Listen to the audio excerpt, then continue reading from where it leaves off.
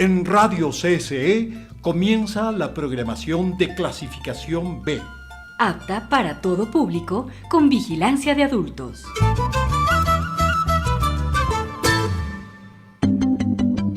El siguiente programa es de exclusiva responsabilidad de sus productores.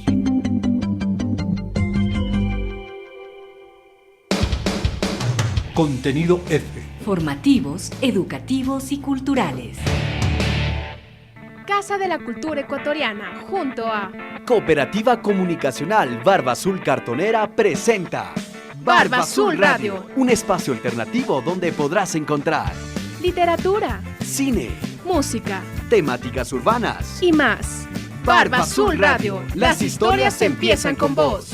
Casa de la Cultura Ecuatoriana, junto a Cooperativa Comunicacional Barba Azul Cartonera, presenta. En este momento, ruido de fondo, el espacio donde podemos escuchar lo que los demás solo oyen.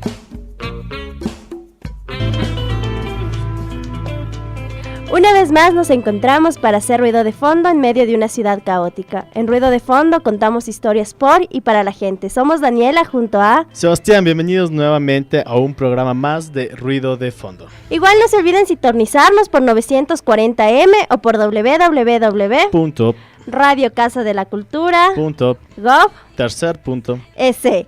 Si tienes mensajes o saludos o alguna pregunta, escríbenos al WhatsApp. El número es 098 43 14 424. También puedes seguirnos por redes sociales en Facebook y Twitter como Barba Azul Radio. Puedes escribirnos preguntas, sugerencias o alguna cosa que se te haya ocurrido para el tema de hoy.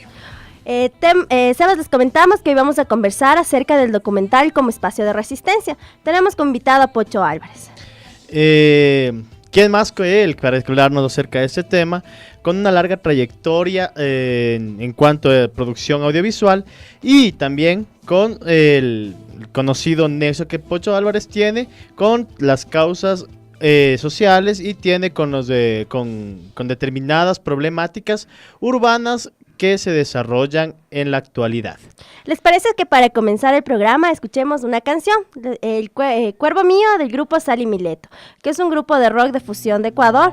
Combinan rock progresivo con blues, hardcore, electrónica, jazz, heavy metal y una base de rock tradicional que planteó su mentalizador, el Paul Segovia, el cual falleció luego de 9 años en la banda, creando esa figura trascendente de los grandes rockeros. Escuchemos. No dejemos que convierta nuestro corazón en un carbón. Va, play.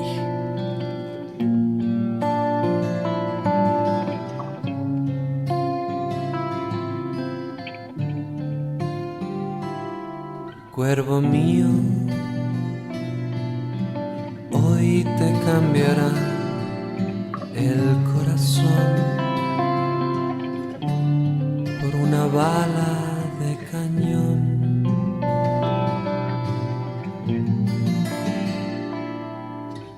Hoy apagarán tus ojos y te obligarán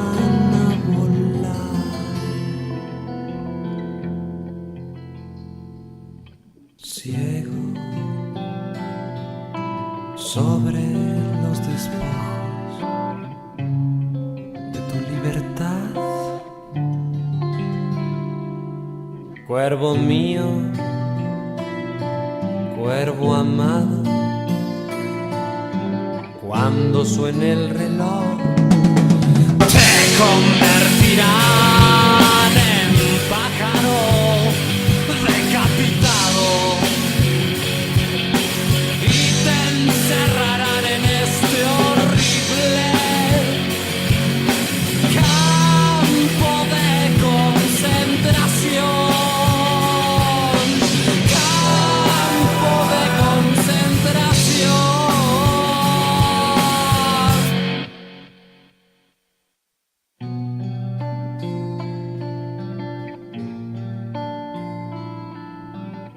Cuervo, ya son las 6. Es hora de ir a la escuela. Es hora de convertirte en desgraciado.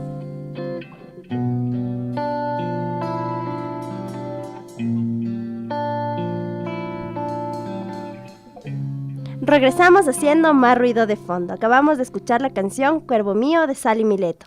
No te olvides de seguirnos por Facebook como Radio Barba Azul. Le recordamos que el día de hoy tenemos como invitado a César Pocho Álvarez, conocido cineasta ecuatoriano, quien nos va a ayudar conversándonos su experiencia acerca del tema del documental como espacio de resistencia ante las problemáticas existentes en la actualidad. Un poquito para dar un poco de contexto, ¿no? El Pocho Álvarez nace en la ciudad de Riobamba en 1953. Su compromiso político determinó una directriz en su obra cinematográfica. No es casual que su formación como cineasta la haya obtenido en la Unión Soviética, donde estudiaría durante la segunda mitad de los años 70, lo cual le dará el suficiente impulso para convertirse en el cineasta ecuatoriano de los más conocidos del país, con más de 50 filmes documentales en su mayoría.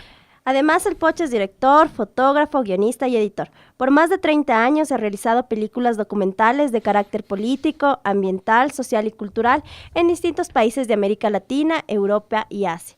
En 1977 presenta su primer documental, ¿De qué se ríe? En 1984 exhibe Nosotros una historia, una visión testimonial de la huelga obrera del 15 de noviembre de 1922. En 1987 presenta Luar Trocas, una historia sobre los hermanos Castro en Cuba. Y en el nuevo milenio, Pocho Álvarez trabaja como director y guionista de documentales como Tóxico, Texaco, Tóxico, en el 2007, el cual denuncia la actividad petrolera de la transnacional Texaco durante 3 décadas en la Amazonía ecuatoriana. Ale y Dumas, 1 es 2 y 2 son 1. En el 2008, muestra un dúo de cantores populares que recuperan la tradición de las coplas o décimas. Le sigue A Cielo Abierto, Derechos Minados, 2009, que devela la actividad minera. Ese mismo año estrena El legado de una ilusión, un documental en torno a la vida y obra del pintor Osvaldo Guayasamín. También colaboró en otro documental sobre la actividad extractivista, Crudo, de Joe Bellinger. Jorge Enrique, en 2010, muestra la vida del escritor y político ecuatoriano, fallecido en 2009, y la relación con su hija Alejandra Dum. No debemos olvidar el documental El Conejo Velasco, entre sus trabajos más recientes. Tenemos tenemos varios documentales, entre ellos un documental acerca de migración y documental acerca de la problemática del barrio Bolaños, de quienes hablamos del día de ayer. Para los que nos escucharon, estuvimos conversando acerca de la problemática del barrio Bolaños. Pocho Álvarez ha hecho un seguimiento minucioso de las luchas de resistencia, revelando la fuerza de dirigentes locales muy lúcidos y comprometidos con su pueblo. La Cámara establece una relación solidaria con la gente y de enamoramiento con la naturaleza amenazada. Bienvenido, Pocho. Este espacio es por y para la gente. ¿Por qué documental y no otro género? Bueno, primero, muchas gracias, Daniela, y muchas gracias, Sebastián. Para mí es un gusto estar aquí en este espacio fraterno, en esta tertulia de amigos, ¿no? ¿Por qué documental? Esa es una buena pregunta. Verás, yo no me propuse hacer documentales. Yo creo que me propuse conocer el universo de uno hacia adentro y el universo de uno hacia afuera. Y la cámara es un ejercicio que te permite esa dualidad, ¿no? Es decir, es una aventura hacia adentro y hacia afuera, cualquier proyecto cinematográfico. Yo fui descubriendo el género del documental en la medida que iba adentrándome en el arte cinematográfico. No lo busqué, creo que el documental me encontró, o yo resbalé y caí en el documental, que tal vez eso es lo más seguro, ¿no? Y más que un género, el documental, yo tomaría las palabras de un documentalista cubano que dijo que el género documental, más que género, es una actitud frente a la vida, ¿no? Es una actitud frente a lo que está sucediendo, frente a la realidad real, ¿no? Y en ese sentido el documental nos permite poner de alguna manera la cámara como el instrumento que te permite develar aquello que está escondido o tapado por las sombras del poder, ¿no? O por los intereses del poder, ¿no? Y en esa medida encontré, digamos, en el documental un espacio de conocimiento profundo. Muchas gracias. En Pocho, el documental se va construyendo historias, o sea, es una visión acerca de la realidad, es una construcción de la realidad. O sea, como tú mencionabas, inevitablemente eso va a entrar en conflicto con el poder. ¿Cuál es, en tu experiencia como documentalista, cuáles han sido como el poder más fuerte que se ha atacado, el poder más fuerte de atacar, el que más reacio se ha visto a ser filmado cinematográficamente mediante el documental? Verás, todos los temas que tienen que ver con lo que significa cuestionar, ya, suelen ser ocultos o suelen estar ocultados, ¿no? Todo lo que tiene que ver con aquello que se llama la denuncia de o la búsqueda de, ¿ya?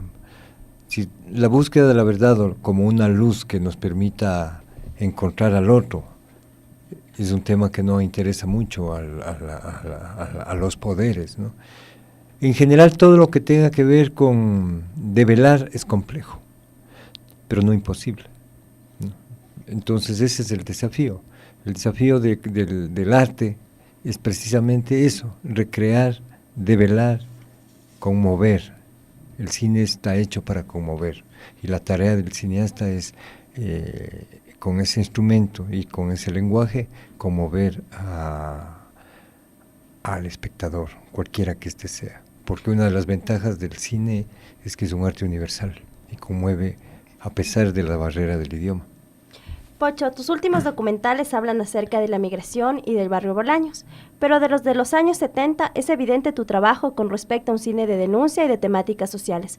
¿Cómo es la evolución del Pocho Álvarez? A golpes. Hacer documentales de martillazos y con fuerza. A golpes. Verás, lo que pasa es que yo, digamos, de alguna manera me encuentro un poco tarde, pero soy parte de una generación, la de los años 70. Era una generación tremendamente inquieta, una generación tremendamente crítica consigo mismo. Yo recuerdo las palabras de Manuel Chiriboga, que decía que nos proponíamos ser inconformes hasta con nuestra propia inconformidad. Y esa era un poco la naturaleza de esa generación, que se planteó, digamos, desarrollar esas utopías del cambio, las utopías de la democracia, las utopías de la equidad, de la justicia, las utopías de la incorporación del mundo del indígena, en ese entonces del mundo indígena desconocido, menospreciado. No quiero decir con eso que ahora está incluido y claro, es una inclusión bien yo creo en la apariencia no, nomás. Yo creo que existe la discriminación y existe de otra forma también la discriminación. Pero en todo caso, en ese entonces lo que veíamos en el mundo indígena era lacerante, ¿no? Es en esa época donde surge la teología de la liberación. Entonces somos una generación que tiene, digamos, en su propia formación un hervidero de ideas, de creaciones. Era demasiado inquieta. Y en mi caso particular, junto con otros compañeros que no llegábamos a dos manos, digamos, en términos de número, nos encontramos que este país no tenía cine, o sea, que éramos un espacio ausente de imágenes propias, ¿no? Y eso sí era, digamos, un gran desafío para nosotros como generación, poder levantar eso que se llama la imagen de uno, ¿no? El poder crecer con el imaginario y la imaginación de nuestra propia latitud, y no con los imaginarios de otras latitudes, ¿no? Ese es un dilema y ese es un problema que hasta ahora lo arrastramos y lo enfrentamos, no como solo como país, sino como región, ¿no? Si yo les pregunto, a diferencia de los mexicanos, pero yo si les pregunto a los ecuatorianos, ¿cuál es o cómo era Eloy Alfaro? ¿Cómo caminaba Eloy Alfaro? Si se subía o no se subía el caballo, no sabemos, ¿no? Es decir, nuestra memoria se fue eclipsando porque no había la imagen en movimiento como memoria de nosotros. Y si tú vas a México, pides Pancho Villa o Claro. Emiliano Zapata, y le ves a Pancho Villa en el caballo, Emiliano Zapata correteando, subiéndose al carro, etcétera. Entonces los héroes vivos existen. En el caso nuestro tenemos que los héroes de nuestra historia imaginarnos como pinturas. tales, ¿no? Entonces, claro, hay unas deformaciones terribles como ese monumento que hicieron a Eloy Alfaro en Montecristi, ¿no? Que José Alfaro parece que estaba en el gimnasio 3 meses. Que es un pequeño Hulk Ajá. con una cara que no corresponde a lo que era Eloy Alfaro, ¿no? Entonces, todas esas distorsiones son producto de la ausencia del arte. El arte es de alguna manera el alpiste para el alma, para la piel de adentro, el que nutre la piel de adentro del colectivo y que de alguna manera constituye el pegamento de nosotros. Nosotros somos excluyentes precisamente porque no hemos podido desarrollar el alimento de nuestra alma colectiva. Hemos tenido se percibe que hemos tenido como ciertos problemas en ese aspecto, hemos creado, o estamos en proceso de creación, pero de un arte, el arte todavía es un terreno bastante en disputa, desde posiciones del arte para entretener, un arte aburguesado que entretiene y que solo sirve como decoración, hasta un arte que en realidad conmueve, puede molestar, incluso puede asustar, pero conmueve, mueve algo y se enfrenta al poder.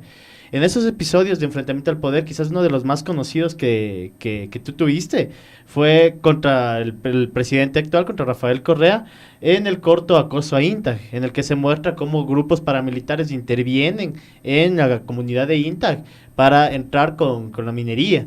Entonces, cuéntanos en tu percepción, en tu experiencia, ¿qué fue lo que realmente tu experiencia le molestó a Rafael Correa? ¿El hecho de que tú muestres eso? ¿O el hecho de que tú estés no solo mostrando eso, sino mostrando y develando la cara fascista y cara realmente agresiva y violenta del poder?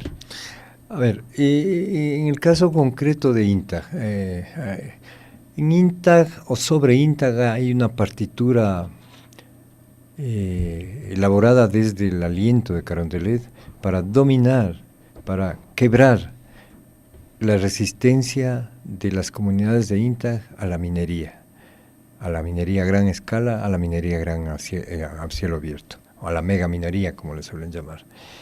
La lucha de INTAG no es una lucha nueva, es una lucha antigua, es una lucha que viene desde hace 20 años atrás, es tan importante o tan aleccionadora como la lucha de las comunidades y los pueblos de la Amazonía en contra de Chevron Texaco, que lleva 22 años de lucha.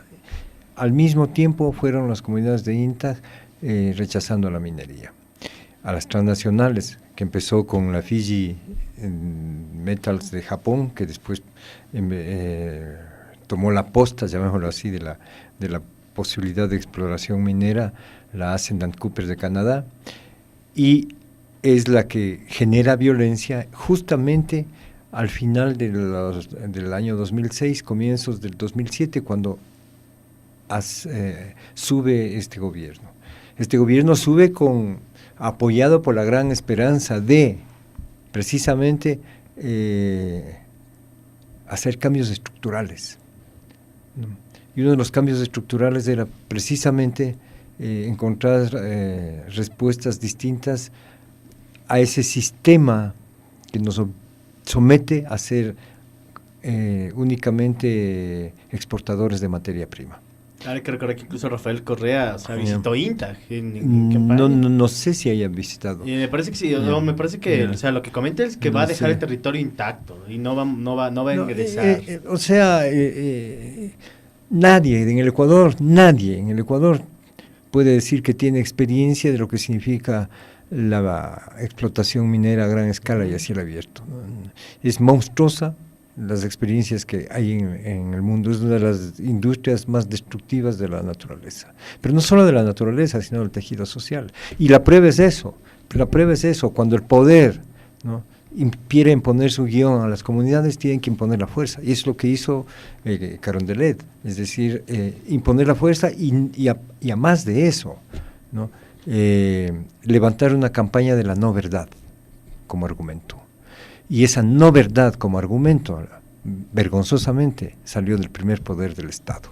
Y yo lo que hice es demostrarle que él practica la no verdad, ¿no? Que el poder como esencia hace víctima a la verdad, porque por sobre la verdad está el interés político, el interés económico.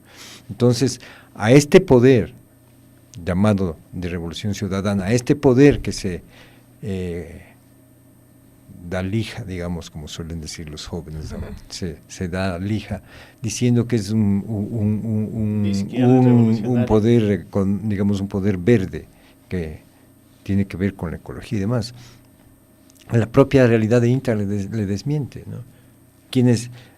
Es vergonzoso porque hay Judas en este gobierno, porque el ministro del Interior fue abogado de INTA y ahora fue el que les llevó preso a Javier Ramírez con una acusación falsa. ¿No? Ese es el poder que quiere someter a INTA. Ese es el poder que a sangre y fuego pretende imponer el extractivismo como partitura de desarrollo, ¿no? Entonces, esa partitura de desarrollo ya lo conocíamos desde antes, lo conocíamos desde la época de los militares con el petróleo, cuando nos hablaron que el petróleo era desarrollo, ahora nos quieren meter el dedo diciendo que la minería es desarrollo. Entonces ya estamos viejos, como decía Alberto Acosta, como para creer que Drácula a estas alturas de la vida se ha vuelto vegetariano, ¿no? Es decir, la minería a gran escala es destructiva. Y lo que he hecho el cine y lo que ha hecho mi cámara en este sentido es demostrar que el poder al menos no tiene como aliado la verdad, es al contrario, el poder tiene como aliado la no verdad. Claro, o sea, el caso para las audiencias, para la gente que nos está escuchando, o sea, el caso es que el Pocho saca el documental y una empresa extranjera que se llama Right es la que censura las partes en las que aparece Rafael Correa, por ejemplo. O sea, en la parte de develar la no verdad. Entonces, es como la apropiación incluso del Estado, el robarse las imágenes y el tratar de negar esas imágenes a la gente. Claro, cuando se da esa, digamos, esa censura, se devela un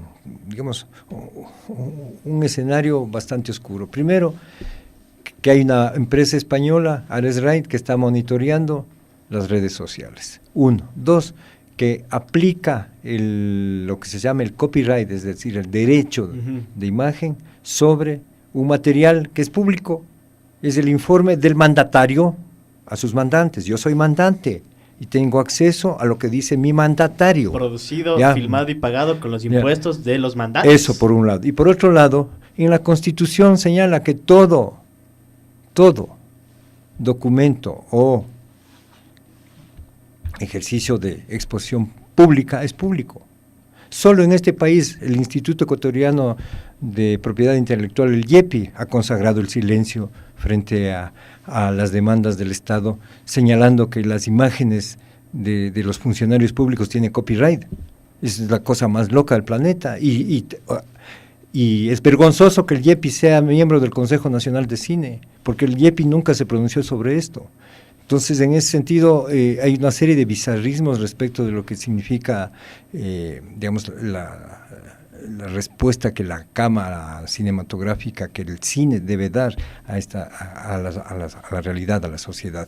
En el caso concreto de INTA, a través de ese documental se descubrió que el poder no solo que busca controlar, sino someter e imponer el silencio frente a temas que no le gusta que se conozcan.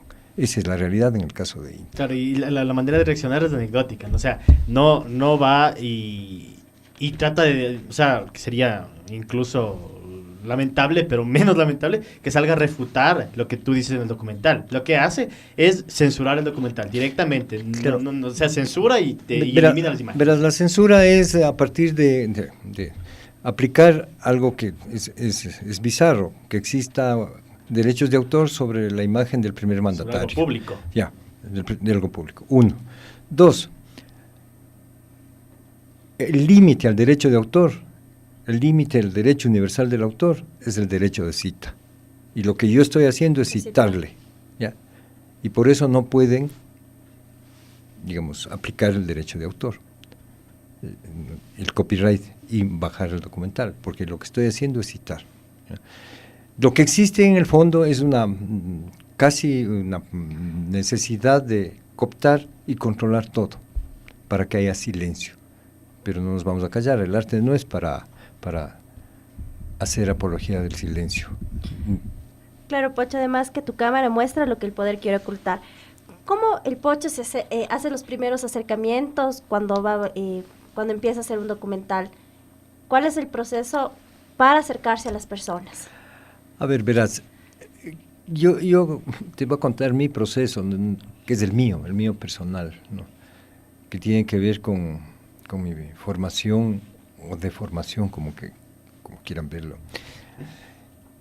Yo necesito empaparme del tema.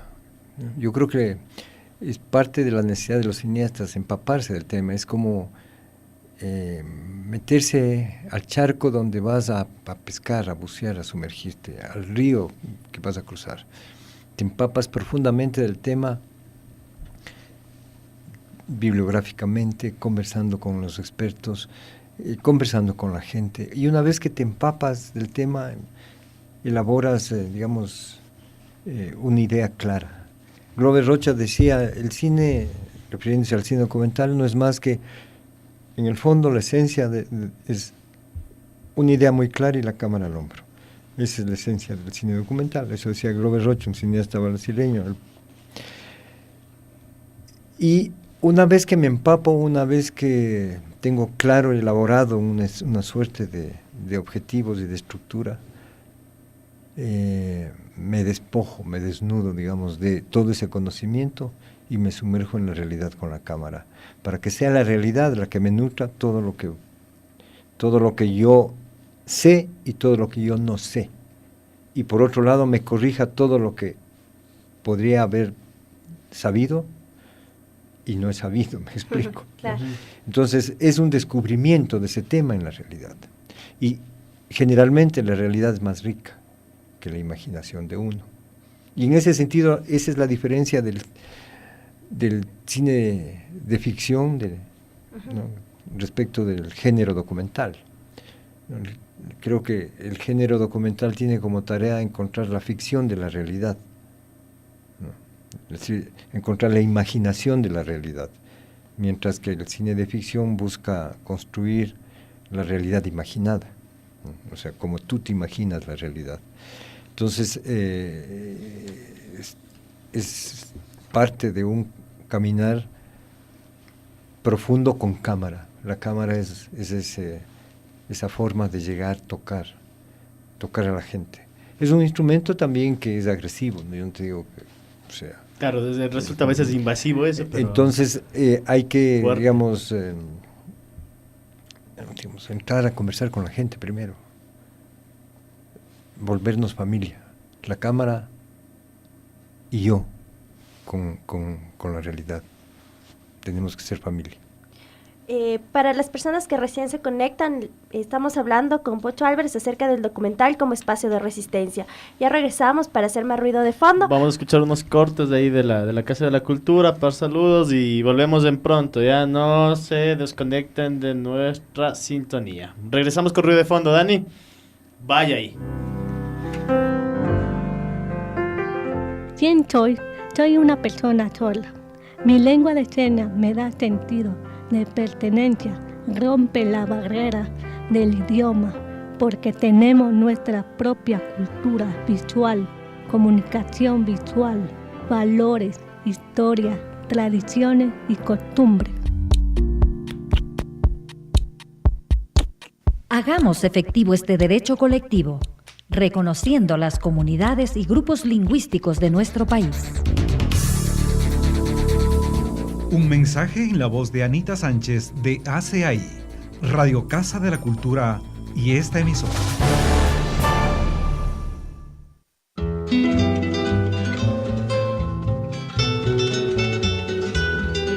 El porqué de la Casa de la Cultura en Conocori. Yo tuve la suerte de conocer a don Manuel Benjamín Carrión, uno de los pensamientos más lúcidos de América Latina, que en los momentos que el Ecuador se encontraba tremendamente golpeado con la desmembración de nuestro territorio nacional, él quiso levantar el ánimo del pueblo ecuatoriano y dijo, pues si el Ecuador no puede ser una potencia bélica, el Ecuador podrá ser una potencia cultural. Y con ese criterio él participó en la gloriosa del 24, la gloriosa de mayo con Velasco Ibarra, la toma del poder. Y cuando Velasco Ibarra le preguntó qué es lo que, doctor Manuel Benjamín, ¿qué ministerio usted querría? Él dijo, yo quiero la creación de una institución que se dedique al rescate de la cultura del pueblo ecuatoriano. Velasco Ibarra le dijo, haga usted el proyecto, y lo presentaron el proyecto, y hace casi 72 años se creó la Casa de la Cultura Ecuatoriana.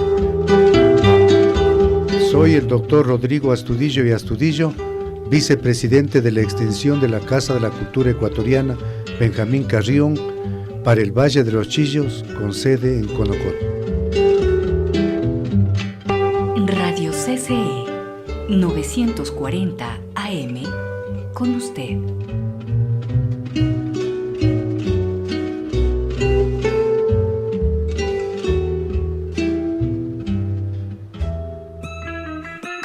Barba Azul Radio. Historias para la gente y por la gente. Una radio que escucha a los demás. Sintonízanos. Radio Casa de la Cultura 940 AM o en www.radiocasadelacultura.com. Hola, soy Guanaco y quiero invitarles a que escuchen Ruido de Fondo por Radio Casa de la Cultura. Un abrazo, hermanos. Un saludo para Ruido de Fondo. Soy Bato. Saludos.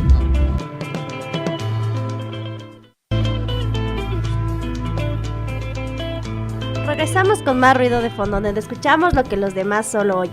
Les recordamos a las personas que recién se conectan que estamos hablando con Pocho Álvarez acerca del documental como espacio de resistencia. No olviden seguirnos por redes sociales. Le corté a la Dani, lo siento. A ver, no olviden seguirnos por redes sociales, por Facebook, Twitter y por WhatsApp. Repíteles el número, Dani, para que puedan escribirnos. 098-43-14-424. Igual, estamos conectados a redes sociales como Radio Barba Azul. Estamos conversando con el Pocho Álvarez de una conversación muy amena acerca de cómo el documental, cómo la cámara puede mostrar esas realidades que no se muestran frecuentemente, y mostrar esas realidades resulta ofensivo para el poder y resulta ofensivo para los poderes, y en realidad es de visibilizar las problemáticas y visibilizar las otras realidades que existen en la actualidad. Tú tienes el documental Forajido, el legado de Abril, estrenado en el 2005. O sea, es como que un montón de demandas, un montón de grupos sociales gritando y demandando su espacio en la realidad, se enfrentan con el poder de ese momento. Y Lucio Gutiérrez cae como efecto de todo un proceso democrático que fue poco a poco minando la institucionalidad y poco a poco fue destruyéndose a sí mismo.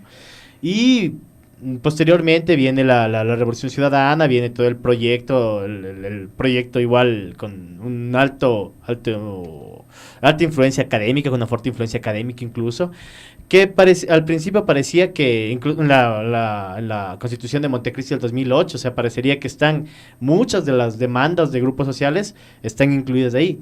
Y sin embargo, en la actualidad se va notando poco a poco que no ha cambiado en realidad, o sea, sigue existiendo los mismos problemas, siguen existiendo las mismas fallas institucionales, y parecería que solo ha cambiado la forma, el poner, por ejemplo, llamarle summa causa y poner en quicho el buen vivir, pero no respetar formas ancestrales de vida, por ejemplo. Tú, en tu experiencia como documentalista, al haber vivido todos esos procesos de los 70s, del proceso de la democracia en el Ecuador y la caída de todo ese proceso partidocrático, y ahora la existencia de esta revolución ciudadana, ¿cómo lo viviste tú? Desde tu experiencia, ¿cómo han cambiado? ¿Qué se mantiene? ¿Cuál es en realidad la evolución que ha tenido la sociedad y al mismo tiempo el terreno documental que se basa en la sociedad? Bueno, verás, una pregunta larguísima. Sí, dio un contexto de media hora, creo. Sí. Verás, yo creo que empecemos desde la hora. Ya. Yo creo que hay un pendiente que nos liga al mismo pendiente del pasado. Es que la democracia como utopía, como búsqueda de un nosotros incluyente, un nosotros hermano, está viva.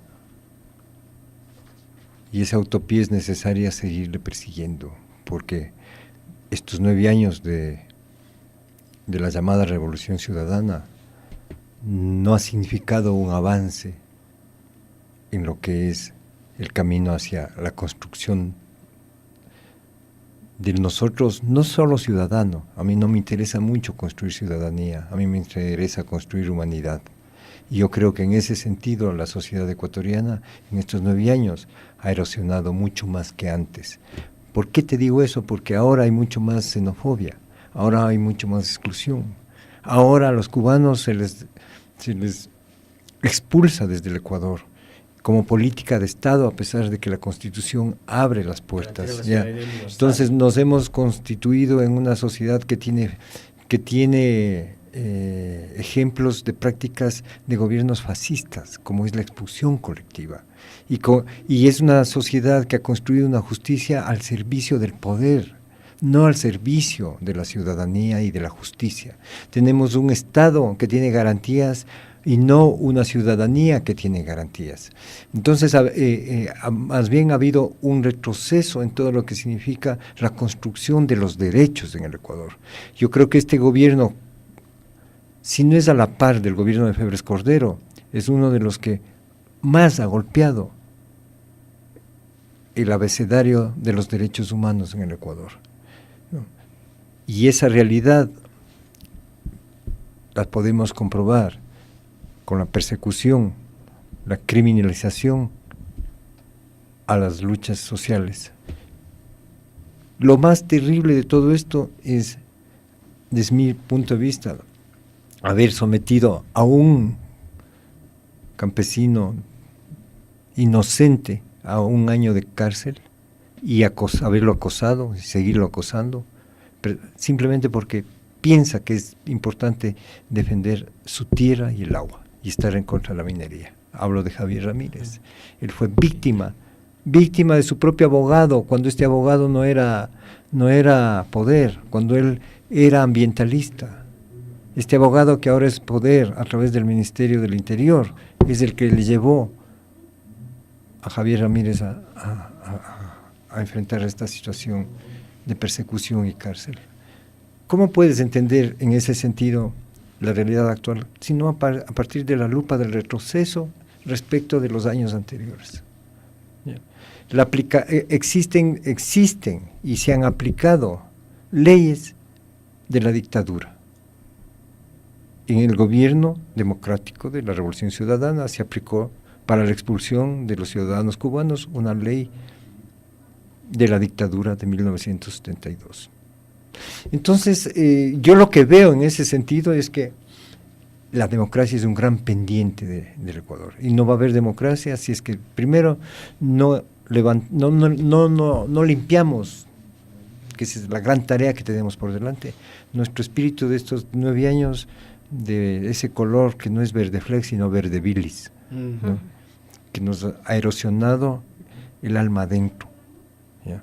Que nos pretexto de que hay que combatir lo que él llama la pobreza, sembrando, comillas, desarrollo, que no es más que la revolución del hormigón, y detrás de la revolución del hormigón habrá que hacer una fiscalización de las obras que hasta ahora no se han hecho, ¿ya?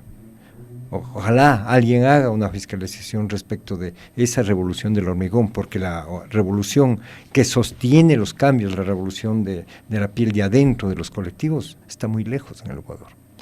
Entonces, esa utopía que con la que yo personalmente fui creciendo en los años 70, es un pendiente vivo en mi vida. Y en la medida en que yo exista atrás de esa utopía, la Cámara estará atrás de esa utopía. Yeah. Justamente en la última cumbre agraria que hubo en la Universidad Central, una de las determinaciones era eso, que En realidad se construyeron grandes carreteras, pero a los sectores rurales no les ayudaron. O sea, ellos como requerimiento, o sea, resulta con tanta inversión pública que hubo, o sea, resulta todavía que caminos vecinales, caminos rurales no existen. O sea, es un requerimiento. En la actualidad es un requerimiento fuerte y es como decir, o sea, ¿dónde se fue todo ese capital? ¿Dónde se fue toda esa inyección de recursos? Pocho, ¿cómo mientras escuchábamos los anuncios de la Casa de la Cultura, estábamos hablando un poco del desarrollo del documental antes de toda esta tecnología, ¿no? De la tecnología que viene. ¿Cómo tú vives este proceso y estos nuevos cambios? Claro. Verás, el documental, digamos, tiene un gran salto cuando la tecnología de impresión de imágenes en movimiento se perfecciona y se vuelve una tecnología digital, ¿no? Y no solo que esa es la gran revolución del cine, ¿no? Porque la transición que hubo del cine al video, ¿no? Fue una transición dolorosa y que muchos cineastas lo rechazaban, ¿no? Que era la impresión electrónica en cintas magnéticas, y que eso de alguna manera descompuso un poco la esencia del lenguaje cinematográfico, precisamente del montaje, porque el video nos obligaba a hacer la edición lineal, que eso no es característica del cine, es decir, a editar secuencialmente en el orden, ¿no? De 1, 2, 3, 4, 5. El cine se editaba en una propuesta no lineal, es decir, editabas 5, después editabas 10, la secuencia 10, la secuencia 14, la 17, y después empezabas a juntarlas y empezabas a barajar ese gran naipe que significa la creación, ¿no? Con el video no había cómo realizar eso, ¿no? Por eso es que los cineastas rechazaban a la impresión electrónica en cinta magnética. Pero el gran cambio se da cuando aparece la revolución digital, y el cine digital sepulta al cine de celuloide, a tal punto que Kodak quiebra y que empiezan a cerrar todas las grandes fábricas de película en acetato, y viene la impresión electrónica digamos, la impresión ya con píxeles. Empezamos a hablar de matemática, es una revolución absolutamente distinta. ¿Y eso qué significa? Que los equipos se vuelven asequibles a la gente. Yo siempre he hablado de que esta revolución lo que ha hecho es poner en manos de las personas un nuevo lápiz. El nuevo lápiz del siglo XXI es la imagen como lenguaje, como forma de comunicación. Y esa es la realidad, es decir, hasta los policías filman ahora. Tú, para presentar un informe de cualquier trabajo, te exigen imágenes del proceso. Entonces es maravilloso porque se desacralizó esa imagen que todo el mundo tenía del cine, esos seres raros, ensimismados, medio neuróticos, que manejaban unas cosas raras y que además no permitían que se dé la luz, ¿no? Que no lo hacía a la luz pública. Todo el rito místico del cine, claro, se democratizó bastante. Claro. Nosotros te hemos podido ver a ti grabando con una GoPro, por ejemplo. Claro. O sea, es mucho más, o sea, tiene buena resolución, es mucho más pequeña y puede estar ahí, o sea, claro, es algo que no podrías hacer con una cámara de cine grande, con una cámara de cine antigua. Claro, obviamente. Y en ese sentido, el documental es el gran beneficiario de eso. ¿Por qué? Porque el documental lo que busca es filmar la realidad real, tal cual es, ¿no? Busca encontrar la imaginación de esa realidad. Es decir, yo, por ejemplo, cuando estuve en Camboya, fui a un bosque y dije, qué cosa más loca. Era un bosque que tenía llamas, que cada árbol tenía llamas. ¿Ya? ¿No? Llamas, habían, yo que sé, 5 árboles que tenían un hueco y de ese hueco salía llamas, ¿no? Y había un señor que sacaba de los huecos que salían humo, de los que ya se habían apagado, sacaba un líquido. Ya. Después ya hice un documental sobre eso. Claro, y es maravilloso, nadie podría imaginarse que él prendía el árbol, ¿ya? O sea, para sacar resina. Después le apagaba y le cerraba. Y ese árbol, él lo heredó. Ese árbol tenía varios huecos, entonces el hueco más, como va creciendo el árbol, entonces los huecos de más arriba eran de los bisabuelos, ¿ya? Entonces, el de más abajo del papá y después del otro abuelo, y hasta que llegue el del... Pues son árboles inmensos, el árbol de resina de Camboya. ¿Ya? Y encontrar un bosque quemándose y no quemándose, porque vos dices, ¿por qué le queman al arbolito? Y resulta que tienen una relación maravillosa con el árbol, porque ellos mismos dicen, el árbol nos da la vida. El árbol nos permite resolver la subsistencia. Con esto compramos arroz, compramos pescado, cuando no tenemos. ¿Ya? Entonces esa imaginación de la realidad se vuelve mucho más fácil de captarla y de mostrarla para que si nosotros, humanidad, se nutra de mejor manera con la nueva tecnología, ¿no? con la nueva tecnología del cine digital. Pocho, existe una revolución digital del cine, como nos hablaste antes, y también el cine se vuelve más accesible, que las personas hagan cine se vuelve más accesible, que hagan documentales. ¿Cuál es el reto de las nuevas generaciones que están empezando a realizar cine? Verás, el reto de las nuevas generaciones es encontrarse a sí mismas. Yo creo que es lo primero que uno debe plantearse, ¿no? Porque tú no filmas, ¿ya?, solo con la luz de afuera, ¿no? Tú necesitas la luz del sol, tú necesitas la luz artificial para poder ver, para poder filmar, de lo contrario no filmas, pero no es suficiente eso. Tú necesitas la luz de adentro, la tuya, es decir, la que te permite escoger, ver, tener una postura frente a los temas de la vida y conocer esos temas de la vida, pero no conocerlos con la asepsia de la academia o con el interés de los políticos, ¿no?, sino conocerlo con la pasión del corazón y la lucidez, la luz de tu mente. Entonces, con esas dos luces filmas. Claro, como yo le comentaba a Sebas, yo había visto trabajos de universidades que generan la materia de audiovisual y multimedia, ¿no? Ajá. Entonces, tu trabajo final es realizar un documental, trabajar un producto audiovisual. Y existen tantas problemáticas sociales que tú puedes hacerlo. Además que son siempre esto también está como un poco elitista, ¿no? Las universidades que tienen esta carrera son bastante costosas, ¿no? Entonces, la realidad que ellos viven también es muy distante a la que se está viviendo a diario. Entonces, yo le contaba a Sebas que habían hecho una tesis acerca de un programa. El Oriente tiene un montón de problemáticas, como lo pudimos ver en tus documentales y todo, y terminan haciendo un programa de competencia. Entonces, como que seguimos... Ajá, claro.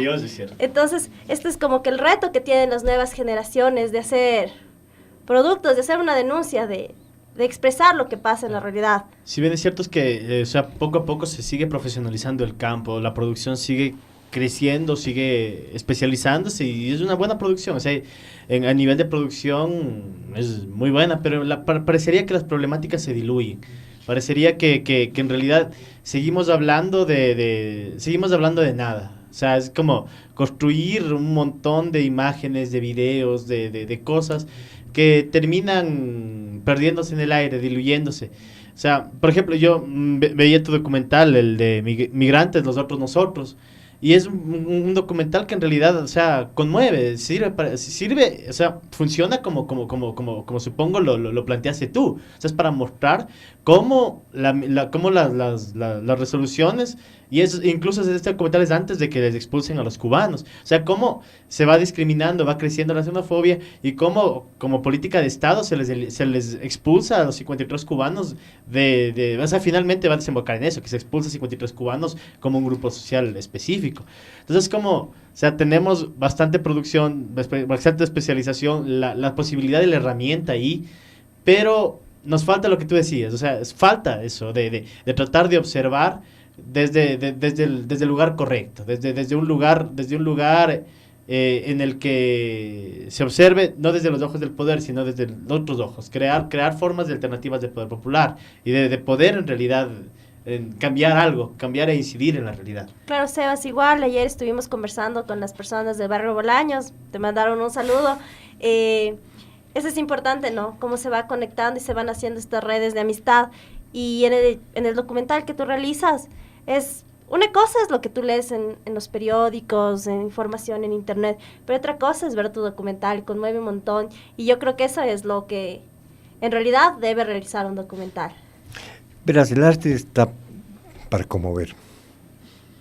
El arte tiene un lenguaje que significa usar la estética, usar la belleza para develar, para conmover, para enseñar a través de los sentimientos. No, el arte no puede, aunque existe, ¿no? Pero no es su función, ¿no? Distraer o entretener para diluir o para producir catarsis en la gente, ¿no? Esa es una utilización del arte que desdibuja su esencia, ¿no?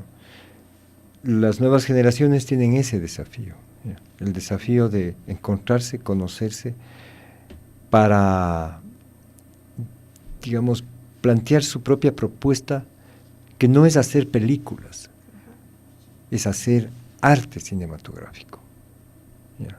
Porque películas lo pueden hacer quien quiera, ¿ya? Pero de lo que se trata es de hacer un arte cinematográfico, un arte que conmueva y que precisamente devele la problemática a través de los sentimientos, que es otra forma de conocimiento, porque no es el conocimiento racional del reportaje, es una forma de conocimiento desde la piel, desde el sentir, ¿ya? Y es el que más perdura, y es el que más deja lecciones, el que más queda, ¿ya? Entonces esa es la función del cine, ¿ya? No solo es conmover divirtiendo, pero no es la diversión del jajaja que te deja hueco, que te deja vacío, ¿ya? Que es en muchos casos la industria cinematográfica de Hollywood o de Bollywood en la India, es eso, es decir, levantar una realidad que te distrae y que te vacía. Pero el arte no es para eso. El ser humano fue desarrollando el arte precisamente para conocernos mejor. Y el cine ha sido de las artes que el ser humano ha desarrollado, la que más ha configurado al nosotros global, pero al nosotros humanidad, no al nosotros parte de un sistema que busca la riqueza material y la acumulación a partir de el desastre del prójimo, ¿no? Entonces, eso es lo que debemos procurar. Ahora, cada generación tiene su propio desafío, cada generación tiene su propio reto. Y ustedes, por ejemplo, a mí me encanta que hayan afrontado ese reto a partir de esto que se llama el micrófono, que es, por ejemplo, uno de los instrumentos que no ha cambiado. Es maravilloso porque esto amplifica la voz. Y ustedes lo que están haciendo es precisamente desde sus inquietudes como nueva generación, ¿ya? Amplificar su propia voz, que no es solamente suya, sino de un nosotros mayor, de buscadores de utopías. Porque en el fondo lo que hacemos, quienes creemos en la humanidad y su posibilidad de crecimiento, es perseguir utopías. Muchas gracias, Pocho. Justamente así se construyó este espacio de toda la franja horaria, no solo del programa Ruido de Fondo, sino de toda Barba Azul Radio. De toda Barba Azul Radio, como ese espacio para dar a la gente, es un espacio como lo habíamos planteado por y para la gente. Entonces agradecemos mucho. Para nosotros también ir aprendiendo, para ir construyendo y para ir deconstruyendo también ciertas visiones. Creo que sí es muy importante, ¿no? Esa idea de, o sea, ir borrando esa idea egocentrista del autor artista genial, genio, ¿no? De que, o sea, yo hago y los otros tienen que entenderme porque sí, o sea, porque está dado que no, si no entiendes mi genialidad. Y no, o sea, la idea es conectarse y como el título te comenta, los otros nosotros, o sea, tratar de conectarnos en el otro y reconocernos en el otro. Hay una idea muy chévere en las comunidades indígenas, en los pueblos runas, que es la idea del corazonar, que me parece una idea muy importante, la idea de pensar, pero también sentir, el corazonar, el irnos contra todo ese sistema occidental que nos ha obligado a separar mente y corazón, sentimiento y cerebro, y afrontarnos como seres completos y afrontarnos como seres que también no tenemos esa genialidad artística mítica de que nosotros creamos algo y tienen que entendernos per se, sino que en realidad hacer algo que incida y que pueda, capaz y no cambiarlo todo, pero ir cambiando de a poco, ir evolucionando y construir una mejor sociedad de a poco. Estuvimos con una amena charla con Pocho Álvarez, se nos acabó el tiempo, fue muy corto una vez más. Queremos agradecer al Pocho por estar aquí, por su tiempo. Y mañana no se olviden de seguir al Galpón de los Cuentos Vivientes con Cristian y Marcelo. Van a tener ellos temas muy interesantes, ellos hablan de literatura y algo más. Igual no se olviden de seguirnos en nuestras redes sociales como Barba Azul Radio. Y si quieren 2 horas de programa, pongan hashtag, yo quiero 2 horas de ruido de fondo por redes sociales, así, inunden para que nos den 2 horas de programa. No, mentira, estoy molestando. Muchas gracias, Pocho, y a nuestra audiencia nos vemos el próximo lunes para hacer más ruido en medio de esta ciudad caótica. Los queremos hasta el próximo lunes. Adiós. Esto se llama película de bajo presupuesto. Porque nos gustan las cosas de bajo presupuesto.